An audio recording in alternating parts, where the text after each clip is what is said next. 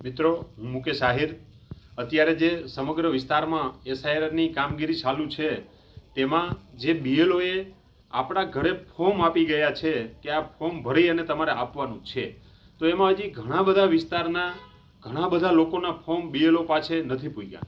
એટલે હું તમામ સમગ્ર વિસ્તારના વ્યક્તિઓને એક અપીલ કરવા માગું છું કે આપણે લોકશાહીમાં જે મળેલો અધિકાર છે કે જે આપણે જનપ્રતિનિધિ આપણે પોતે નક્કી કરી શકીએ કે જે આપણો ચૂંટણી કાર્ડ રૂપે કે આપણે મતદાન કરી શકીએ, તે ચૂંટણી કાર્ડ આપણે મેળવવા માટે આપણે એમાં રાહ ન જોવી જોઈએ કે મારું નામ તો ઓલરેડી મતદાર યાદીમાં છે, પણ નહીં, આ નવી કામગીરી છે.